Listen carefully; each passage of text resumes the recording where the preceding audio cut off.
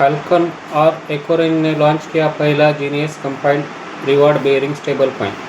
वैश्विक स्तर पर 320 बिलियन से अधिक के डॉलर स्टेबल कॉइन्स सर्कुलेशन में है और ट्रेजर यील्ड 4% के करीब है। ऐसे में इंस्टीट्यूशनल ट्रेडिंग डेस्क को एक बड़े अदृश्य वित्तीय नुकसान का सामना करना पड़ रहा है।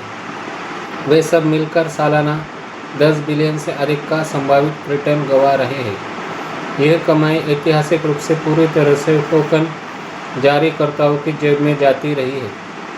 इसी अंतर को पाटने के लिए फाल्कन फाइनेंस और एकोरेंज डिजिटल बैंक ने FUSD लॉन्च किया है, एक नया डिजिटल डॉलर जिसे इस छुटे हुए मुनाफे को योग्य धारकों तक सुरक्षित रूप से पहुंचाने के लिए डिज़ाइन किया गया है।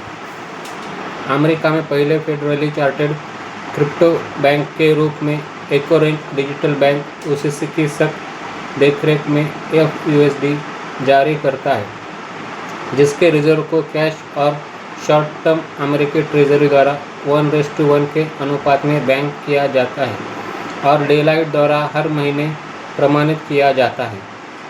महत्वपूर्ण बात यह है कि FUSD को जीनियस एक्ट के अनुरूप तैयार किया गया है, जो कि 18 जुलाई 2025 को लागू किया गया पेमेंट स्टेबल कॉइन का फेडरल फ्रेमवर्क है।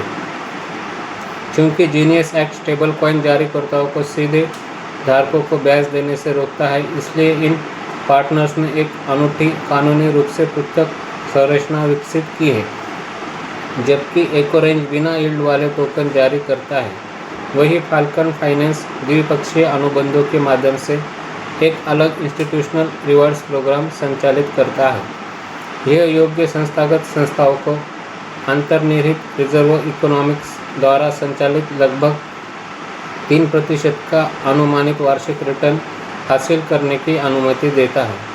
ये स्टेबल कॉइन नेटिव रूप से सेफू के इंस्टीट्यूशनल कस्टडी और कोलैटरल इंफ्रास्ट्रक्चर पर लॉन्च हो रहा है। ये प्लेसमेंट FUSD को सीधे लिक्विडिटी प्रोवाइडर्स, हेज फंड्स और बेसिस ट्रेडर्स के दैनिक वर्कफ्लो में शामिल करता है, जो पहले से ही एसेट को मैनेज करने के लिए सेफू का उपयोग करते हैं। अपना भरोसा जताने के लिए फाल्कन फाइनेंस लॉन्च के पहले दिन से ही अपने कॉरपोरेट रिजर्व का एक हिस्सा FUSD में तैनात कर रहा है, जहां फाल्कन का मौजूदा 1.63 बिलियन का synthetic dollar USDF definitive ecosystem की सेवा करना जारी रखेगा। वही FUSD का टारगेट रूढ़िवादी कंपाइल्स बाध्य ट्रेजरी डेस्क है। ये एक रेगुलेटेड नॉन सिंथेटिक विकल्प प्रदान करता है, जो कैपिटल एकोलेटर्स को वित्तीय नुकसान पहुंचाए बिना फेडरल कानूनी जनादेशों को पूरा करता है।